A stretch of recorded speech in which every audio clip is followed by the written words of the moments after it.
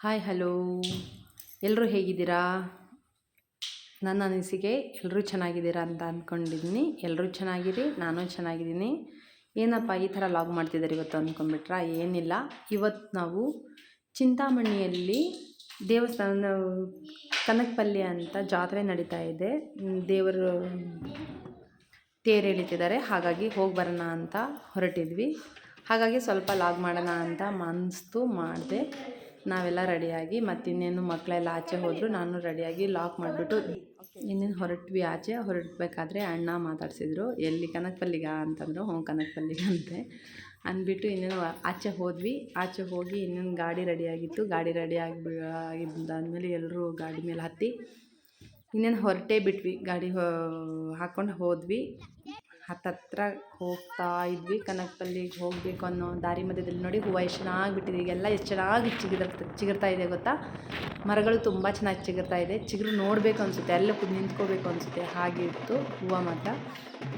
ಬರ್ತಾ ಬರ್ತಾ ಹೋಗೇ ಬಿಟ್ವಿ. ಕನಕಪಲ್ಲಿ ಹತ್ರ ಹೋಗಿ ದೇವಸ್ಥಾನ ಹತ್ರ ನಿಲ್ಲಿಸಿ ಗಾಡಿ ಪಾರ್ಕಿಂಗ್ ಮಾಡಿಬಿಟ್ಟು ಒಳಗಡೆ ಹೋಗೋಣ ಅಂತ ಹೋದ್ವಿ.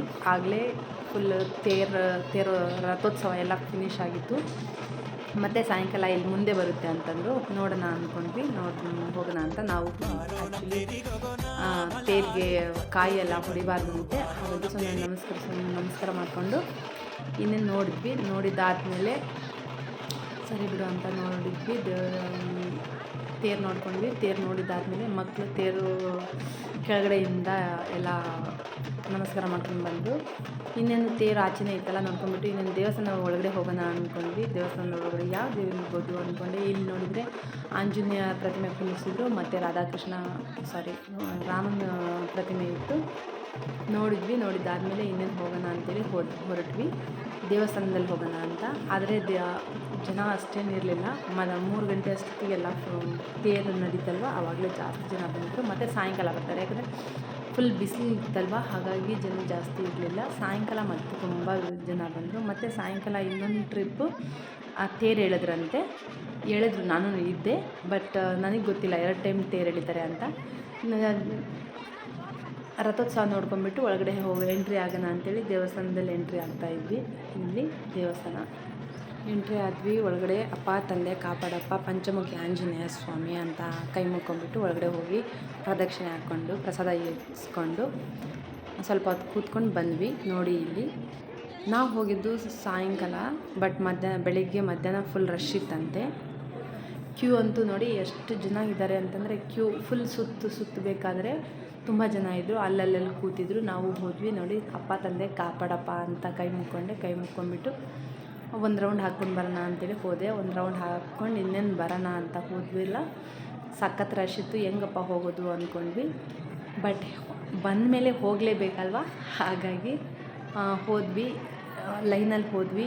ಸ್ಟೆಪ್ ಬೈ ಸ್ಟೆಪ್ ಒಂದೊಂದು ಹೆಜ್ಜೆ ಅಷ್ಟೇ ಮುಂದೆ ಜರುಗ್ತಾಯಿದ್ರು. ಸರಿ ಬಿಡು ಅಂತ ನಾವು ಹೋಗಿ ಲೈನಲ್ಲಿ ನಿಂತ್ಕೊಂಡ್ಬಿಟ್ವಿ. ಒಂದೊಂದು ಸ್ಟೆಪ್ಪೇ, ಜಾಸ್ತಿ ಜನ ಏನು ಬಂದಿರಲಿಲ್ಲ. ಆದ್ರೂ ಅಲ್ಲಿ ಲೈನಲ್ಲಿ ಮಾತ್ರ ಕ್ಯೂನಲ್ಲಿ ಜಾಸ್ತಿ ಇದ್ದರು. ಅಲ್ಲಲ್ಲಿ ಗುಂಪಾಗಿ ಕೂತ್ಕೊಂಡಿದ್ರು. ನೋಡಿದ್ವಿ, ನಾವು ಹೋದ್ವಿ. ನೋಡಿ ಹೋಗ್ತಾ ಇದ್ದೀವಿ. ಯಾರೂ ಪ್ಲೇಸೇ ಬಿಡ್ತಾಯಿಲ್ಲ ಅಲ್ಲಿ. ಮಕ್ಕಳೆಲ್ಲ ತಡ್ಕೊಂಡು ಹೋಗ್ತಿದ್ರು.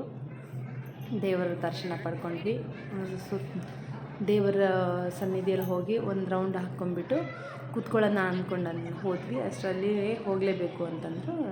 ಇನ್ನೇನು ಮಾಡೋದು ಅಂಥೇಳಿ 2 ರೌಂಡ್ ಹಾಕೋಣ ಅಂತ ಹೋದ್ವಿ. 3 ರೌಂಡ್ ಹಾಕೋಣ ಅಂತ ರೌಂಡ್ ಹಾಕ್ಕೊಂಡು ಹೋಗ್ತಿರ್ಬೇಕಾದ್ರೆ ಇಲ್ಲಿ ನೋಡಿ ಹುಲಿ ಕುಂದಿರಿಸಿದ್ದಾರೆ. ಮಕ್ಕಳೆಲ್ಲ ಹೂ ಅಂದ್ಬಿಟ್ರು. ಆಮೇಲೆ ನೋಡಿದರೆ ಅದು ಬಟ್ಟೆದು ಅಂತ ಅಂದ್ಕೊಂಡು ಬೊಂಬೆ ಇದೆ ನಡೀರೋ ಅಂತಂದರೆ ಮುಂದೆ ಹೋದರೆ ಅಲ್ಲಿ ಕಾಯಿ ಹೊಡಿತಿದ್ರು.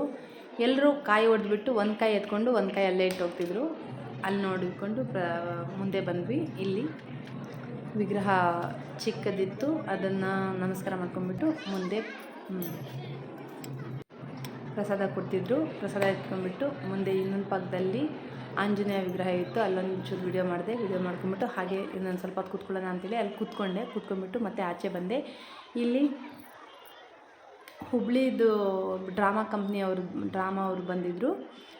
ನಾವೇನು ರಾತ್ರಿ ಇರಲಿಲ್ಲ, ಸ್ವಲ್ಪ ಹಾಗೆ ನೋಡ್ಕೊಂಡ್ಬಿಟ್ಟು ಸ್ವಲ್ಪ ವಿಡಿಯೋ ಮಾಡಿದೆ. ನೋಡಿ ಎಷ್ಟು ಚೆನ್ನಾಗಿದೆ ದೇವಸ್ಥಾನ, ಸಖತ್ತಾಗಿ ಡೆಕೋರೇಷನ್ ಮಾಡಿದರು. ಬಟ್ ಹೊಸ ದೇವಸ್ಥಾನ ಇನ್ನೂ ಪೇಂಟಿಂಗ್ ಎಲ್ಲ ಹಾಕ್ಸಿಲ್ಲ. ತುಂಬ ಖುಷಿಯಾಗೋಯಿತು ಅಲ್ಲಿ ಹೋಗಿ ನೋಡಿದಾದಮೇಲೆ. ಇನ್ನೇನು ಪೂಜೆ ಮುಗೀತು. ಪೂಜೆ ಮುಗಿದಾದ್ಮೇಲೆ ಪ್ರಸಾದಕ್ಕೆ ಹೋಗಬೇಕಿತ್ತು. ಪ್ರಸಾದ ಅಂತೂ ಹೆಂಗಿತ್ತು ಅಂತಂದರೆ ನೋಡಿ, ಪ್ರಸಾದ ಇಷ್ಟೇ ಪ್ರಸಾದ ಇದ್ರೂ ಎಷ್ಟು ಲೈನ್ ಅಂತಂದರೆ 5-6 ಲೈನ್ಸ್ ಇತ್ತು. ತುಂಬ ಉದ್ದನೇ ಇತ್ತು ಲೈನ್ಸು. ನಾವು ಹೋದ್ವಿ, ಪ್ರಸಾದ ತಿಂದ್ವಿ. ಪ್ರಸಾದ ತಿಂದ್ಕೊಂಡು ಇನ್ನೆಲ್ಲಿ ಪ್ರಸಾದ ಮಾಡ್ತಿರ್ಬೋದು ಅಡುಗೆ ಅಂತ, ಪ್ರಸಾದ ತಯಾರಿ ಎಲ್ಲಿ ಮಾಡ್ತಿದ್ದಾರೆ ಅಂತ ನೋಡೋಕ್ಕಂತ ಹೋದೆ. ಅಲ್ಲಿ ಪಾತ್ರೆ ಎಷ್ಟು ಪಾತ್ರೆ ಇಳಿಸಿದ್ದಾರೆ ಗೊತ್ತಾ. ಇಲ್ಲಿ ಇವರು ಅಣ್ಣವ್ರು, ಇವರು ನಮ್ಮ ಜೊತೆ ಬಂದರು. ಬೈ ಮಿಸ್ ನನಗೆ ಜಾಗ ಸಾಕಾಗಲಿಲ್ಲ. ಅಣ್ಣ ಅಲ್ಲೇ ಕೂತ್ಕೊಂಡ್ಬಿಟ್ಟು ತಿಂದ್ಕೊಂಡು ಹೋದರು. ನಾವು ಇಲ್ಲಿ ಕೂತ್ಕೊಂಡು ಸ್ವಲ್ಪ ಪ್ರಸಾದ ತಿಂದ್ಕೊಂಡು ಬಂದ್ವಿ. ಪ್ರಸಾದ ಮಾಡಿ ಭಕ್ತರಿಗೆ ಪ್ರಸಾದ ಹಂಚಿರೋದು ಪಾತ್ರೆಗಳು ನೋಡಿ, ಎಷ್ಟು ಪಾತ್ರೆ ಇಳಿಸಿದ್ದಾರೆ ಅಂತಂದರೆ, ಎಷ್ಟು ದೊಡ್ಡ ದೊಡ್ಡ ಪಾತ್ರೆ ಇದ್ದಾವೆ, ಎಷ್ಟು ಪಾತ್ರೆ ಇಳಿಸಿದ್ದಾರೆ. ಇದು ಸಾಂಬಾರು, ಇಲ್ಲಿ ಸಾಂಬಾರು ಕುದೀತಾ ಇದೆ ನೋಡಿ. ದೇವರ ಪ್ರಸಾದ ಎಲ್ಲಿ ಸಿಗುತ್ತೆ ಅಲ್ವಾ. ನೋಡಿ, ಅಷ್ಟು ಪಾತ್ರೆ ಇಳಿಸಿದ್ದಾರೆ, ಅಷ್ಟು ಪ್ರಸಾದ ಮಾಡಿ ಹಂಚಿದ್ದಾರೆ ಅಲ್ವಾ, ಗ್ರೇಟ್ ಅಲ್ವಾ. ಹಾಗೆ ಅಲ್ಲಿ ಪ್ರಸಾದ ಎಲ್ಲ ನಾವು ಪ್ರಸಾದ ತಿಂದಾದ್ಮೇಲೆ ಮತ್ತೆ ಬಂದ್ವಿ. ಮುಂದೆ ನೋಡಿದರೆ ಫುಲ್ಲು ಜಾತ್ರೆ ಫುಲ್ ಜೋರಾಗಿತ್ತು. ಮತ್ತು ನೈಟ್ ಇನ್ನೊಂದು ಸರ್ತಿ ತೇರು ಬರುತ್ತೆ ಅಂತಂದರು. ಅವರು ತೇರು ಎಳಿಬೇಕಾದ್ರೆ ಲೈಟ್ ಕರೆಂಟ್ಸ್ ಎಲ್ಲ ತೆಗ್ಸಿದ್ದಾರೆ. ಯಾಕಂದರೆ ಮೇಲ್ಗಡೆ ಎಲ್ಲ ಕರೆಂಟ್ ವೈರ್ಸ್ ಇದ್ದಾವೆ. ಹಾಗಾಗಿ ಎಲ್ಲ ಫುಲ್ಲು ಕತ್ಲಾಗಿ ಹೋಗಿಬಿಟ್ಟು. ಆ ಕಡೆ ನೋಡಿದರೆ ತೇರು ಬರ್ತಾ ಇದೆ, ಈ ಕಡೆ ನೋಡಿದರೆ ಕರೆಂಟ್ ಆಫ್ ಮಾಡಿಬಿಟ್ಟಿದ್ದಾರೆ. ಇಲ್ಲಿ ಮಕ್ಕಳು ಆಡ್ತಾ ಇದ್ದಾರೆ, ಜಂಪಿಂಗ್ ಆಡ್ತಿದ್ದಾರೆ ನೋಡಿಲಿ. ಕರೆಕ್ಟಲ್ಲಿ ಹೋದ್ವಿ, ಕರೆಂಟ್ ಸ್ಟಾಪ್ ಆಯಿತು ನೋಡಿ, ಹೀಗಾಗೋಯಿತು. ಅಲ್ಲಿಂದ ಮತ್ತೆ ಮುಂದೆ ಬಂದ್ವಿ. ತೇರು ಎಳಿತಾ ಇದ್ರು. ತೇರು ಸ್ವಲ್ಪ ದೂರ ಇತ್ತು. ಹಾಗಾಗಿ ತೇರು ರಾತ್ರಿಗೆ ಸರಿಯಾಗಿ ಕಾಣಿಸ್ತಿರ್ಲಿಲ್ಲ. ಅದಕ್ಕೆ ಪಕ್ಕದಲ್ಲೇ ಸ್ವಲ್ಪ ಅಲ್ಲಿ ವಿಡಿಯೋ ಮಾಡಿದೆ, ಬ್ಯಾಂಗಲ್ಸ್ ವಿಡಿಯೋ. ಪಂಚಮುಖಿ ಆಂಜನೇಯ ನೋಡಿ. ಫಸ್ಟ್ ಆಫ್ ಆಲ್ ಹೇಳಬೇಕು ಅಂದರೆ ಆಂಜನೇಯ ಸ್ವಾಮಿನೇ ತುಂಬ ಪವರ್ಫುಲ್ ಅಂತ ಹೇಳ್ಬೋದು. ನೋಡಿ, ತೇರೆಲ್ಲ ಮುಗೀತು. ತೇರು ಬಂತು, ಅಲ್ಲಿಂದ ಇಲ್ಲಿವರೆಗೂ ಬಂದಾದಮೇಲೆ ಕರೆಂಟ್ ಬಂತು. ಕರೆಂಟ್ ಬಂದ ತಕ್ಷಣ ಒಳಗಡೆ ವಿಗ್ರಹಗಳಿತ್ತಲ್ಲ ಇಳಿಸಿದ್ರು, ಕೆಳಗಡೆ ಇಳಿಸಿ ಪೂಜೆ ಮಾಡಿದರು ಅಲ್ಲಿ. ಪೂಜೆ ತುಂಬ ಚೆನ್ನಾಗಿ ಮಾಡಿದರು. ಪೂಜೆ ಆದ ನಂತರ ಮತ್ತೆ ವಿಗ್ರಹ ತಗೊಂಡು ಮತ್ತೆ ದೇವಸ್ಥಾನದ ಸುತ್ತ 3 ರೌಂಡ್ ಹಾಕಿದ್ರು. ಮತ್ತು ವಿಗ್ರಹ ಇದ್ರ ಮೇಲೆ ಹಾಕ್ಕೊಂಡು ಪಲ್ಲಕ್ಕಿ ಎತ್ಕೊಂಡು 3 ರೌಂಡ್ ಹೋದರು. ಮತ್ತೆ 3 ರೌಂಡ್ ಆದಮೇಲೆ ಒಳಗಡೆ ತಗೊಂಡೋಗಿ ಕುಂದಿರಿಸಿದ್ರು. ಇಷ್ಟ ಆಯಿತು. ಕನಕಪಲ್ಲಿ ದೇವಸ್ಥಾನದಲ್ಲಿ ಪೂಜೆ ಆಯಿತು. ಪೂಜೆ ಆದಮೇಲೆ ನಾವಿನ್ನೇನು ಹೊರಡೋಣ ಅಂದ್ಕೊಂಡ್ವಿ. ಸರಿ ಬಿಡು ಅಂತ ಬರಬೇಕಾದ್ರೆ ಇಷ್ಟು ವಿಡಿಯೋ ಮಾಡ್ಕೊಂಡ್ಬಿಟ್ಟು ಮತ್ತೆ ಬಂದ್ವಿ ನಾವು. ತಂದೆ ಕಾಪಾಡಪ್ಪ ಅಂತ ಅಂದ್ಕೊಂಡ್ಬಿಟ್ಟು ರಾತ್ರಿ ರಥೋತ್ಸವನ ಆಯಿತು ನೋಡಿ. ಗಾಳಿನೇ ಇರಲಿಲ್ಲ. ಆ ಬಾವುಟ ಒಂಚೂರು ಹಾರುತ್ತೆ ಅಂತ ಅಂದ್ಕೊಂಡೆ, ಬಟ್ ಹಾರಲೇ ಇಲ್ಲ. ಆದರೂ ಸ್ವಲ್ಪ ವಿಡಿಯೋ ಮಾಡಿಬಿಟ್ಟು ಇನ್ನೇನು ಮಾಡೋದು ಅಂತ ಬರಬೇಕಾದ್ರೆ ಒಂದು ಕಡೆ ಗೊಂಬೆ, ಒಂದು ಕಡೆ ಹೂವು, ಒಂದು ಕಡೆ ವೆರೈಟಿ ಇಟ್ಟಿರ್ತಾರಲ್ವ, ಬಳೆ, ಅವೆಲ್ಲ ಚೂರು ಇಷ್ಟೇ ವಿಡಿಯೋ ಮಾಡಿದೆ ನಾನು.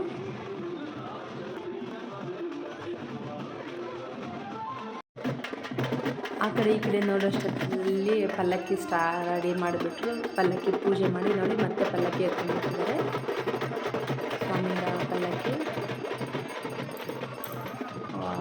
ಕಾಪಾಡಪ್ಪ ದೇವಿ ಅಂದ್ಕೊಂಡ್ಬಿಟ್ಟು ಮತ್ತೆ ಪಲ್ಲಕ್ಕಿ ರೌಂಡ್ ಹೋದ್ಮೇಲೆ 3 ರೌಂಡ್ ಹೋದ್ಮೇಲೆ ನಾವಿನ್ನೇನು ಹೊರಡೋಣ ಅಂತೇಳಿ ಬರ್ತಾ ಇದ್ವಿ.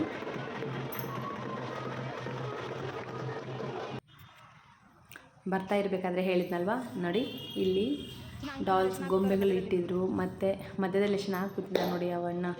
ಏನು ಬೇಕು ಅಂತ ಕೇಳ್ತಿದ್ರು ನನಗೆ. ಏನಿಲ್ಲ ಬಿಡಿ ಅಂಕಲ್ ಅಂದ್ಬಿಟ್ಟು ಮುಂದೆ ಬಂದೆ. ರ್ಯಾಬಿಟ್ ನೋಡಿ, ಮೊಲ ನೋಡಿ, ಸೂಪರಾಗಿದೆ ಅಲ್ವಾ. ಎಲ್ಲ ನೋಡಿದ್ವಿ ಅಷ್ಟೇ, ತಗೊಳ್ಳಿಲ್ಲ. ನಮ್ಮನೇಲಿ ಚಿಕ್ಕ ಮಕ್ಕಳಿಲ್ಲ, ಹಾಗಾಗಿ ತಗೊಳ್ಳಿಲ್ಲ. ಪಾಂಡ ನೋಡಿ, ಎಲಿಫ್ಯಾಂಟ್ ಚೆನ್ನಾಗಿದೆ ಅಲ್ವಾ. ನೋಡಿ, ಹೀಗೆಲ್ಲ ಜಾತ್ರೆ ಮುಗಿಸ್ಕೊಂಡು ಬರ್ತಿರ್ಬೇಕಾದ್ರೆ ಬರಬೇಕಾದ್ರೆ ಎಲ್ಲ ವಿಗ್ರಹಗಳಿದ್ವು. ಅದರಲ್ಲಿ ನನಗೆ ಇಷ್ಟವಾಗಿತ್ತು ಅಂತಂದರೆ ಬುದ್ಧ ವಿಗ್ರಹ ಎಷ್ಟು ದೊಡ್ಡದಿತ್ತು ಗೊತ್ತಾ, ಎರಡು ತುಂಬ ಚೆನ್ನಾಗಿತ್ತು, ಅಟ್ರಾಕ್ಟಿವ್ ಆಗಿತ್ತು. ಹಾಗಾಗಿ ಒಂಚೂರು ವಿಡಿಯೋ ಮಾಡೋಣ ಅಂತೇಳಿ ಮಾಡಿಕೊಂಡೆ. ಬಟ್ ಅಲ್ಲೆಲ್ಲ ಹಿಂದೆ ಎಲ್ಲ ಕಾಣಿಸ್ತಿತ್ತು. ಹಾಗಾಗಿ ಹೀಗೆಲ್ಲ ನಾವು ಜಾತ್ರೆ ಮುಗಿಸ್ಕೊಂಡ್ಬಂದ್ವಿ. ಎಲ್ರಿಗೂ ಈ ಲಾಗ್ ಇಷ್ಟ ಆಗಿದೆ ಅಂದ್ಕೊತೀನಿ. ಈ ಲಾಗ್ ಇಷ್ಟ ಆಗಿದ್ದರೆ ಲೈಕ್ ಮಾಡಿ, ಶೇರ್ ಮಾಡಿ, ಕಮೆಂಟ್ ಮಾಡಿ, ಹಾಗೆ ಬೆಲ್ಲೈಕನ್ನ ತಪ್ಪದೆ ಕ್ಲಿಕ್ ಮಾಡಿ ಅಂತ ಹೇಳ್ತಾ ಥ್ಯಾಂಕ್ ಯು.